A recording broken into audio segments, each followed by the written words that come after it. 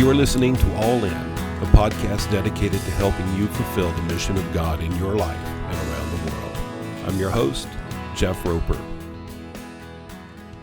Hey, everybody. Welcome to this week's episode of All In. Glad that you have taken time to join us today. And today it's my privilege to have with me on the episode Tim and Dhana Wimberly. Tim and Dhana, welcome to All In. Hey, good to see you or hear you. Hey, it's so good to have you guys on the podcast. Now, let me set this up. You and I, we knew each other, I'd say, from a distance. You know, we both were in ministry in the Pacific Northwest. Yeah. You and I got probably the first actual conversation that I remember us having was in the green room at convention several years ago, when you guys were about to get prayed over to go onto the mission field, and I was going to be up on the platform with you doing something else. And so we got to spend a little bit of time up there, and then we ended up being classmates in a master's degree program, and that's where I really got to know you and I believe that we just really started developing a real friendship and a camaraderie. And then one day during our second year residency program, you handed me a copy of your book, The Backside of Hope. And I started reading this book. Started reading your story, and my mind was seriously blown away. I thought, either this guy is another Mike Warnke, or this is one of the most transformed men I have ever met in my life. Now, that was the first thought I had. The second thought I had was, how in the world did Dhana ever get involved with this guy? Exactly. So, Tim and Dhana, tell us your story. Oh man, that's such a great question. Tell us your story. Well, probably the best thing to do would be to just kind of give some highlights of the book, because the book really tells the story. But well, first of all, I grew up in a non-religious setting. Wasn't in church at all growing up in my life. Of course, Dhana's story is a little different. I'll let her tell that in a few minutes. But I was the youngest child of 4 kids. Was born in Las Cruces, New Mexico. My dad started the golf program at New Mexico State University. And my parents were iconic figures in this little town, little sleepy town that had this university that the golf program was exploding. And long story short, my parents divorced or broke up when I was about 5 years of age. And my mom left my dad for another woman. And I say that primarily just to say that in that day and age, that was just a misnomer. It was not something that people approved of, nor was it public. And of course, in this situation, it wasn't public. But being that my dad traveled quite a bit, the family was broken up. The 2 oldest stayed with my dad. The 2 oldest kids stayed with my dad. And the 2 youngest were with my mom. And I was the youngest. And so we were marched into a very volatile, very perverted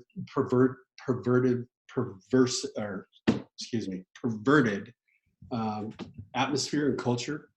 And things just went downhill from there. So my mom was an alcoholic, began to do drugs. Her lover at the time was very domineering, very almost demonic. I would use the words. And our lives were just turned upside down. And my dad was so brokenhearted, destroyed. He just was kind of the deer in the headlights type of response. Just couldn't function, couldn't do anything other than play golf. And so I watched my mom be abused, get abused, and just went through, just some horrific times as a young kid.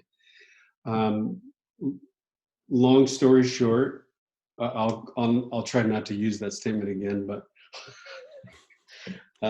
we probably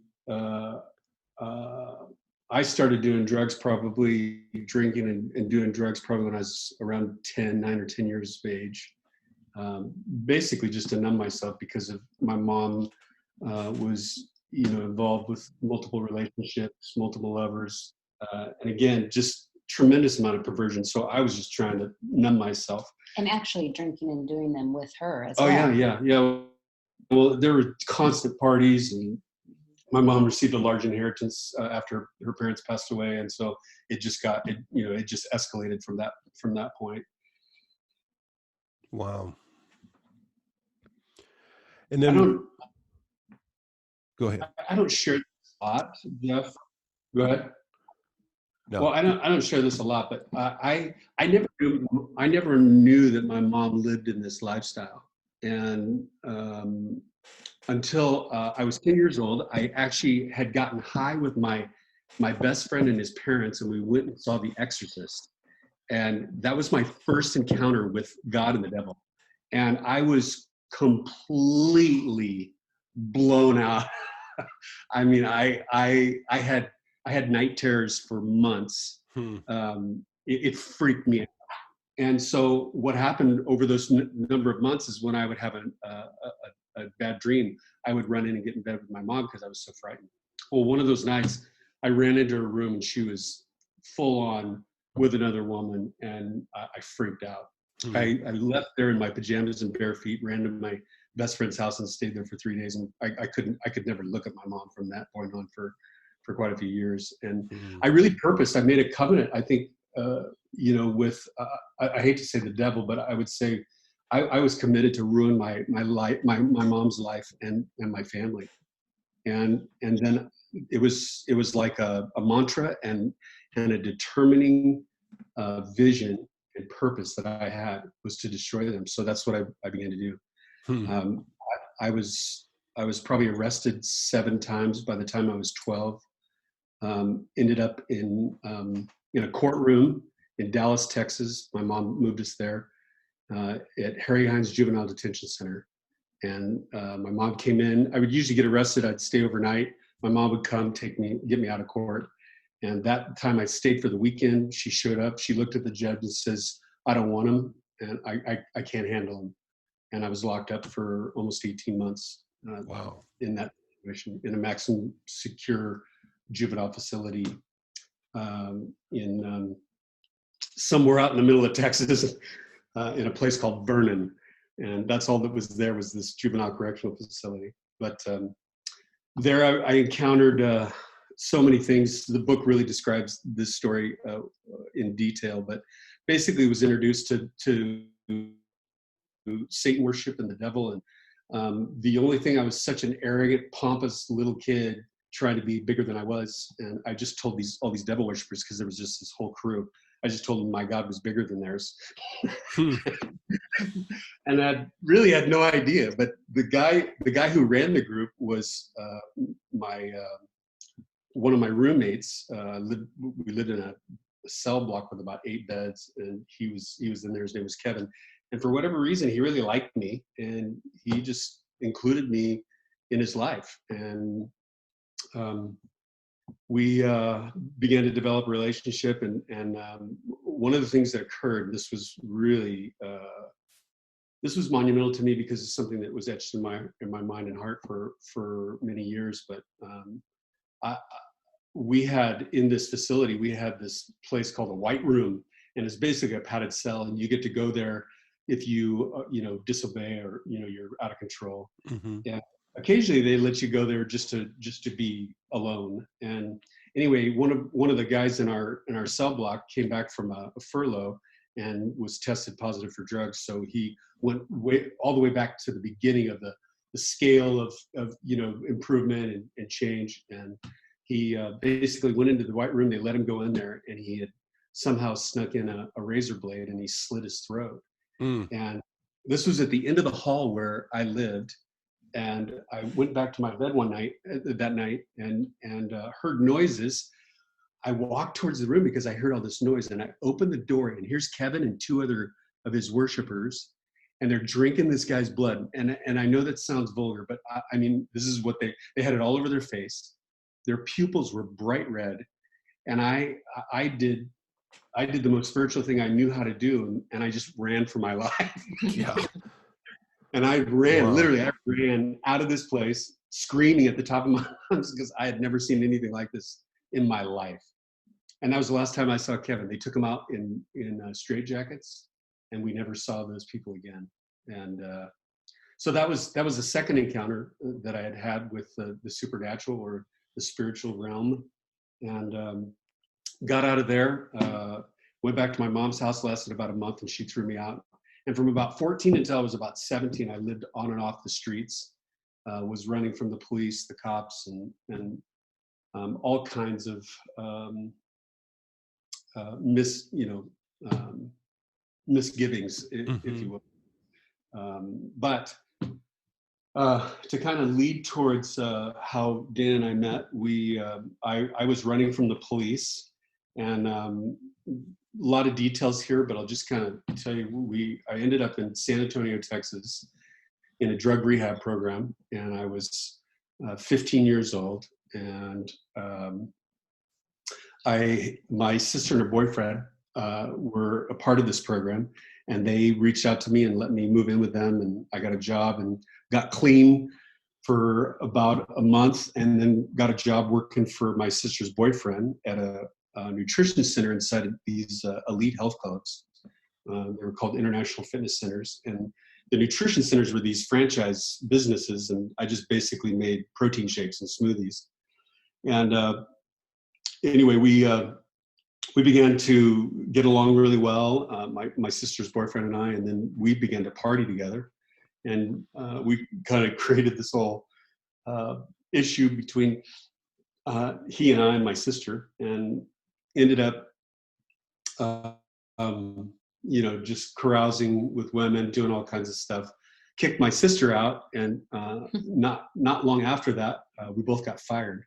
And of course, Harry, his name was Harry, he went home to his mom, and I went back onto the street. And for probably another year or so, year and a half, I was basically eating out of garbage cans, breaking into people's homes, living in places that were disgusting, but just trying to stay alive. And one of the things that I did was, when I would break into homes, I would look for fake IDs. And I ended up finding a birth certificate, and I changed my name. In Texas at that time, you could get an identification card with a birth certificate. Mm-hmm. And so I changed my name to Philip Pollard. And so Hopefully he's not listening. Yeah. Sorry, Philip. Sorry about that. Sorry, Phil. I did make restitution eventually. But anyway, I ended up, what was I saying? Oh, changing my name, and started forging. I had ripped off their a bunch of their checks, and I started forging the signature of the parents who Philip belonged to. And I was one day cashing a check, and I was at Frost National Bank in San Antonio, downtown, underneath the Tower Bank in the drive-through. And I was with these two girls, and the gal was so sweet. She kept coming on and saying, "I'll be right with you. I'll be right with you, Mr. Pollard. Mr. Pollard. I'll be right with you." And so she kept saying that, and then all of a sudden, all of these undercover and police officers came, surrounded the truck. They reached in, grabbed me by my long blonde hair at the time, and yanked me out of the truck, threw me on the concrete, and laid me out and arrested me. And I got arrested.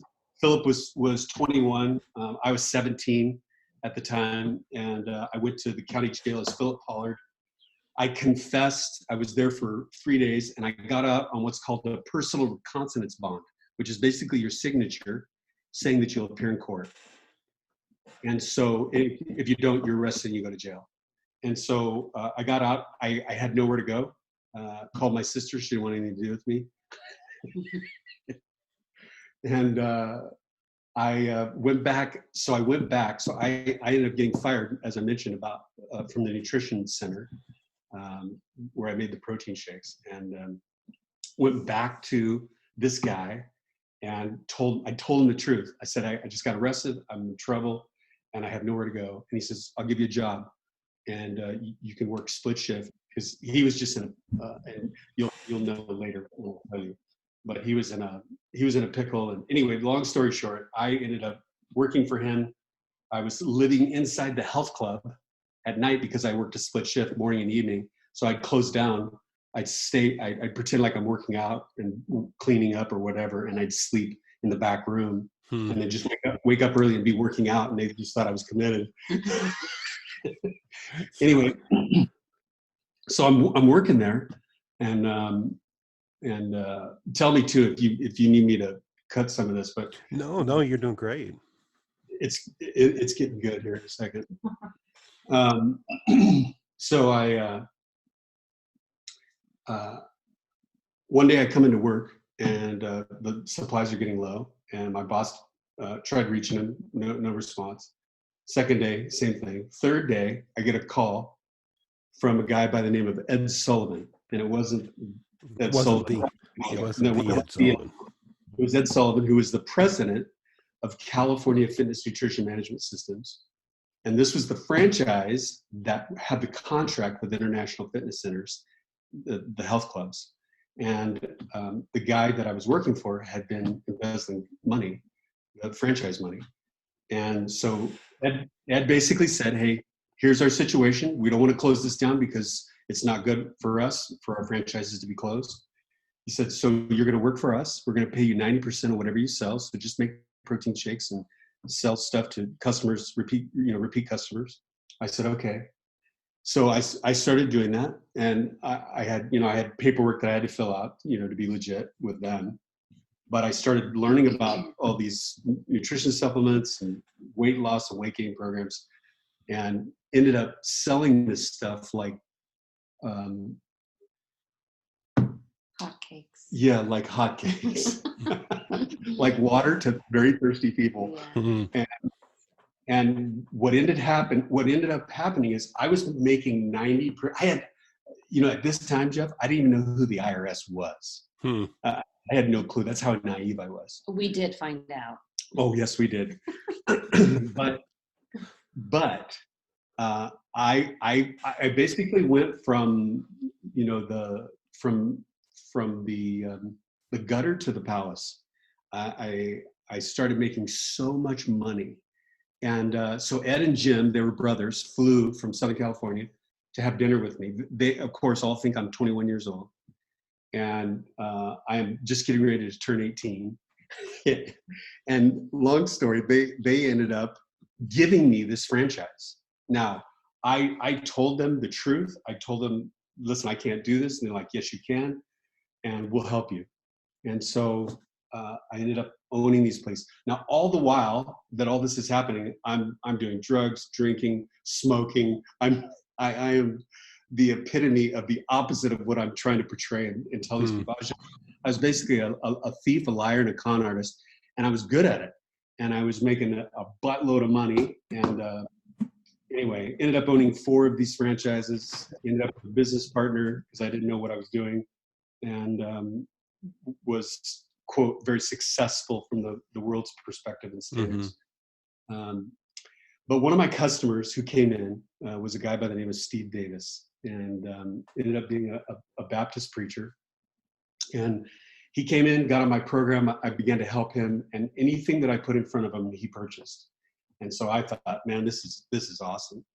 And he would always tell me, every time he'd leave, he'd always tell me, hey, Tim, I just want you to know Jesus loves you and has a plan for your life.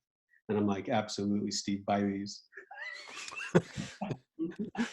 He would buy them almost every single time he would buy something from me. And so as time went on, and we're talking months, one incident that happened was, and I won't go into detail here, this is also in the book, but I just a few months after I had been building a relationship with Steve, I had a head-on collision driving a friend's car going 65 down the freeway and hit a parked car in the side of the interstate and lived. And that's a whole story in itself, but it was absolutely remarkable. And remember, I was on parole for forgery as Philip Pollard. And so I should have gone to prison, but I didn't. I ended up in a courtroom with a guy in New Braunfels, Texas, who had just started his judgeship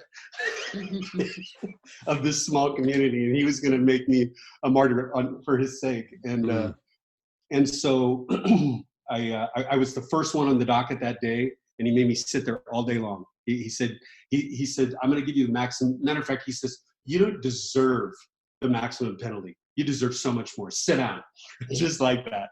And I sat there all day long thinking I'm going to prison. And he brought me up. He says, I have no idea why I'm doing this, but I'm going to give you one chance. And he said, if I hear your name or you drive through this and I smell alcohol anywhere close to you, driving through my town, I'm going to put you away for a long time. And so he gave me this chance.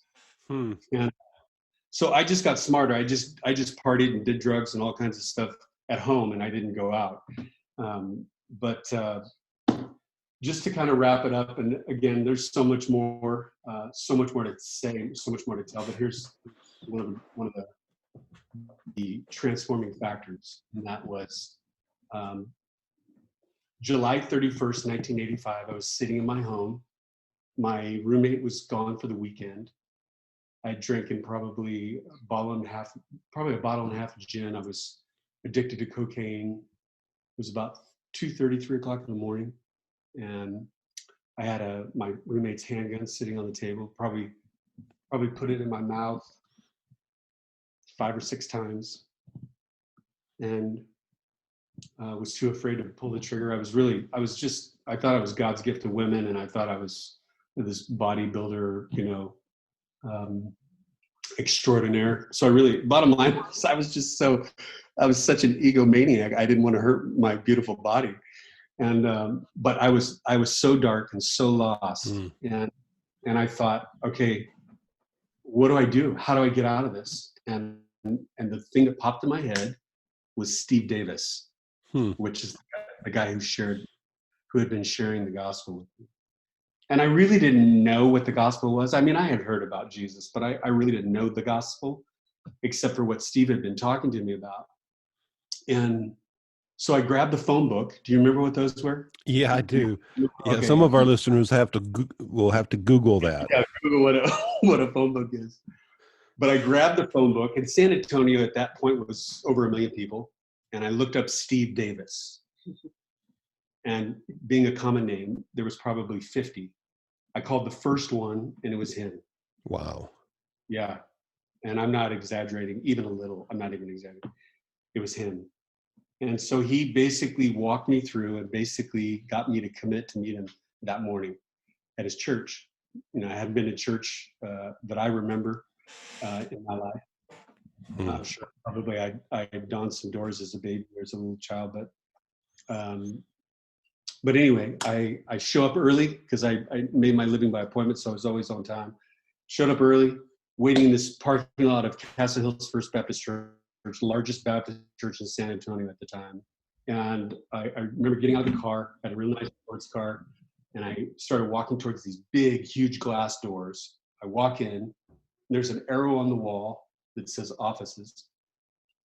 And basically it was this long hallway that wrapped around the sanctuary all the way to the other side to the office. And as I walked down this hallway, I just started to weep, like uncontrollably, to the point where there were fluids coming out of every part of my body that I could think. And I didn't cry. I wasn't a crier. I wasn't a weeper at all. And you know me today, of course. I can't have a conversation without crying. So I'm walking down this hallway, and I just start to weep, sob, and I walked. And remember, I was hungover. I was all kinds of things. I walked through the door of the office, and these 2 women just ran. I mean, so you can imagine what I must have looked like. And I'm just sobbing uncontrollably. And Steve makes his way up because he hears me and he's expecting me. And he's got a suit and his tie on, and I just collide into his chest. And somehow we got from that point, probably, I don't know, a number of feet to his office. He closed the door, and we sunk on the floor. And he just held me. He didn't say one word to me. Hmm. He just held me. And then after a while, he said, "Are you ready?" And I said, "Yeah." I said, I don't know what for, but I'm ready. Hmm. And he led me to Christ. And Jesus came into my heart with all the baggage and everything that was on me. He came into my heart and began to transform me from the inside out. Hmm. Mhm. How did that transformation take place? Was it one of those miraculous, all of a sudden you are no longer the lying, cheating, philandering scumbag, or was it No, I was a progressive? scumbag. I was a scumbag. I remember calling my brother, and I ended up having a couple of really godly men end up in my life almost right away. And Okay.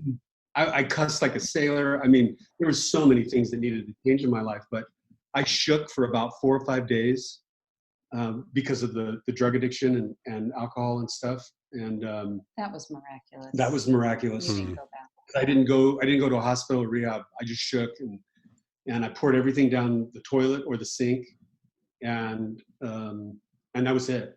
And from that point on, the Lord began to transform me. I mean, literally. And I had a lot of things to change, but the thing that was transformational was the Word of God.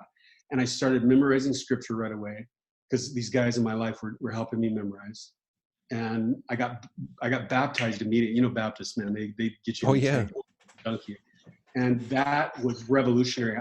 That was my first altar call because the Pastor Charles was the senior pastor at the time, and they had the big Sunday night services where they baptized. This place sat probably 2,000 people, and he called me up because Steve had told a little bit about my story. And he walks me up there, and he says, "Tim, why don't you tell the people what Jesus has done?" So I stand up to the pulpit, and I just start weeping. Wow. He puts his arms around me, and he just pat my back, and he leads all these people to Jesus, and all these people come to Christ. Wow. That was my first altar call that I participated in.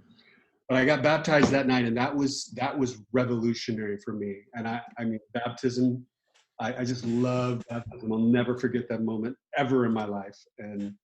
And that was it. I mean, I felt like a new man, and I began to walk like a new man. I began to talk like a new man, and all that had to change because it just was over time. And how did you go But through this process, this journey to wholeness? I mean, overcoming all of this stuff from your past, everything that both was done to you and things you did to yourself. Tell me a little bit about that journey. yeah, so I met Dhana 2 weeks later. Okay. So that's another story. We could do a second podcast, Okay. but I mean, that was pretty remarkable because I almost was introduced to family that I hadn't experienced. So that was significant for me. I'll say that. The other piece was having godly people in my life that were really walking with me, really really challenging me. I went to every person that I possibly knew or could to ask for forgiveness. The women that I had violated, the people I had taken advantage of, the people I had stole from. I went to my mother's bedside. I was in hot pursuit. Hmm. And when I would read things in scripture, like I remember reading, I think it's Matthew 4, when Jesus calls Peter, and I think it's Peter and Andrew, Peter and John, and it says immediately they dropped their nets and they followed him. Right. That's what I thought. I thought this is what we're supposed to do, right? Yeah. So It's the normal. It's in the book. yeah, and so we started giving like crazy. We were, I mean, any and every opportunity that I had to share, I started leading people to Christ like crazy. I got through the March of Dimes and started speaking in high school assemblies and classrooms and prisons. And I mean, any door that would open, I walked through it and shared my story. Wow. And yeah, I mean, there's so many great stories there, but Hmm. I know we're short on time. But. So you met Dana about 2 weeks after this born again experience that you had. Yeah. Is that, and Dana, what were you thinking? Well, mind you, I was 17. So You're thinking, oh, look at this stud. well, that too, I was going to say when he couldn't do what the action he did because he loved his body too much. He had a great body. We'll say have. You have, not have. And so my dad, I got a job at the health club. So I was the receptionist and he owned the nutrition centers. And so that's how we met. Okay. And there was this, it was during the NFL strike and they had the other football federation thing going on. Yeah, the World Football Federation. You remember that? Oh, yeah. When the strike was happening? So the San Antonio Gunslingers. Yeah. Oh, okay. So all these guys who were on the NFL, they're on strike, they're playing for the San Antonio Gunslingers. They were believers, became Christians. They were starting this Bible study. So I'm new to the area, just moved there from Chicago. And so Tim invites me to this Bible study. I'm like, great, I get to know people and such. So I go. He's not even there. Like I get there, the Bible study starts, and the guy who he's not even there. I'm like, oh, great. But a few minutes later, he walks in and grand entrance. Yes, that's of course. He likes to make those. So Bible study afterwards, we all go out to dinner. New to the area again, I didn't know where it was at. He's like, you can ride with me. So I said, okay. So we go to dinner. He takes me back to my car in the parking lot. And the story you just heard about his life, he starts telling me. I'm 17. I grew up in a Christian home, pretty naive, and hearing this story about Kevin and juvenile detention and blood and all this, I thought, I need to get out of here. I'm not really sure who I'm sitting here with. So, and then from there, he's like, I'd like to take you out, show you the town. We went out the following weekend. This is mid-August. And by October, we were engaged. Bam. Wham. Yeah. Well, Tim, you saw a good thing. You saw a good thing and you had to close the deal, didn't you? I sure did. Those sales skills that you had developed. I closed that deal. Yeah, those sales skills you had developed. That's right. Yeah, paid off on this one. And Worked you guys have been married how long now? This past August was 33 years. Yeah. So do you think it's going to work? That's correct. I think so. Yeah, I think it's going to work. 5 sons, 5 daughters.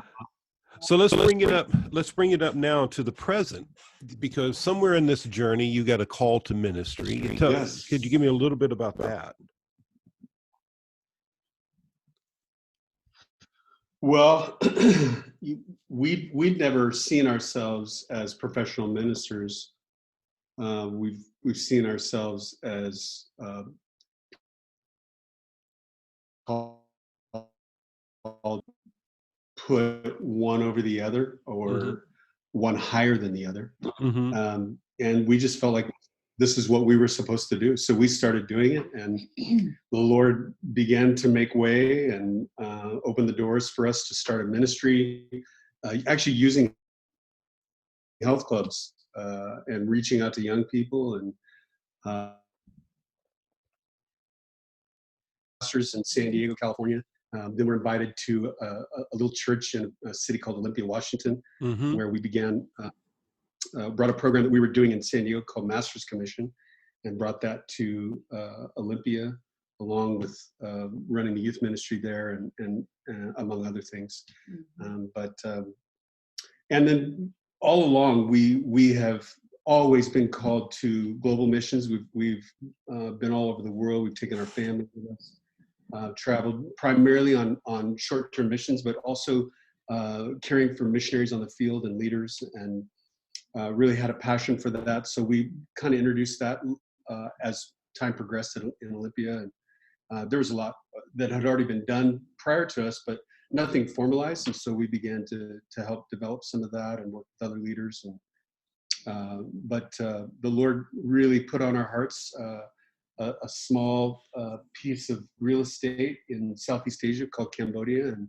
And one thing led to another. The Lord called us there for a season with FMI, and we just were able to see God do some really remarkable things. And then we ended up building this relationship, doing this master's program. One thing led to another, and the Lord began to speak to us about change and the opportunity and the doors that would open to us here in Europe, and are now presently FMI missionaries in Romania and beyond. And we're so thrilled that you guys are there. No, Yeah, really. you used your sales techniques. You did now. Yes, God loves you, and I have a wonderful plan for your life. That's right. Yeah, well, it's been it's been a joy having you guys as part of our ministry team and serving in Europe, there in Romania, and look forward to many more years of that and helping get your story out about how God has completely transformed your lives. And one of the things that I love about what you guys do is you've got a ministry really focused a lot on building healthy families and marriages and a lot of other things. But the thing I love most about you guys is I love you, and I just love your heart for people. I love your heart for the Lord, and it's just invaluable. Now I have two more questions for you. Okay. First one is, and I ask this of every guest on the podcast, is if we could get in a time machine and go back to your 25-year-old self, what advice would you give yourself? Oh my goodness. Dana? My 25-year self, I was surrounded by a bunch of little munchkins. Embrace the moments. Beautiful. And Tim, what about you? I would say laugh often and wear out I love you. Good advice. Good advice for both of you. Now, if people want to reach out and connect with you guys, how could they do that?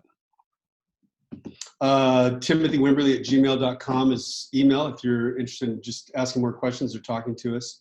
Our book you can find on Amazon. Oh, I'm sorry, it's not on the Amazon EU or is that right? Is that what it's called? Yeah, the European site. Oh, Yeah. No. And we haven't been able to put it on Kindle yet, but we're hoping to do that in the near future. Okay.